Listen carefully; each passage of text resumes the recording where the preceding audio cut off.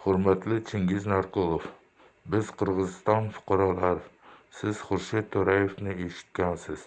TXT Group 15 qavatli imorat Samarqand Bog'shimoldan. Biz 27 kishimiz ishladik.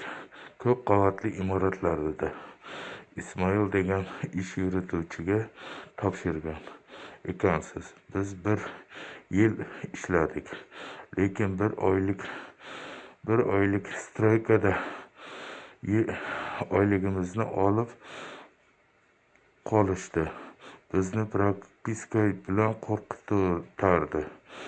Qirg'izistondan bo'lsagam O'zbekiston fuqarolarimiz-ku, shu yerga qaraymiz-ku. Hamma ko'rilishi bu 5-10 kun, hamma qurilishda 5-10 kun zadержка oylik bo'ladi. Biz 1 oy ishlab berishga majbur emasmiz. Ish yurituvchi o'z jiyan va qarindoshlarini ishga olgan. Ularga oyliklarini vaqtida beradi.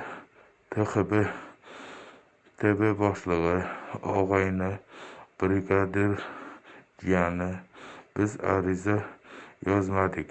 Biz Xudoga soldik. Xudo o'zi jazosini bersin bu insofsizlarni.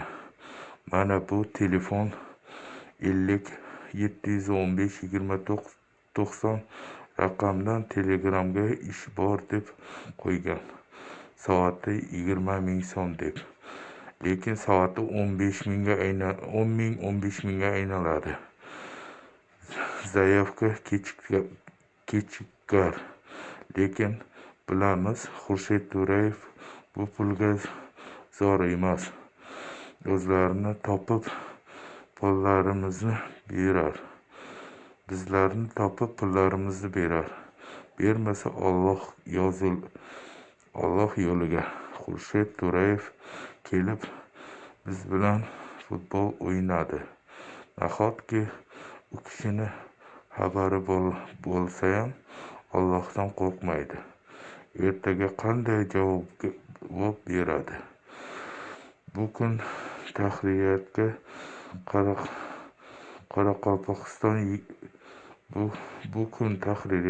Qoraqalpog'iston yigitlaridan ushbu nomer 50 715 24 90 Telegramga ishonmanglar.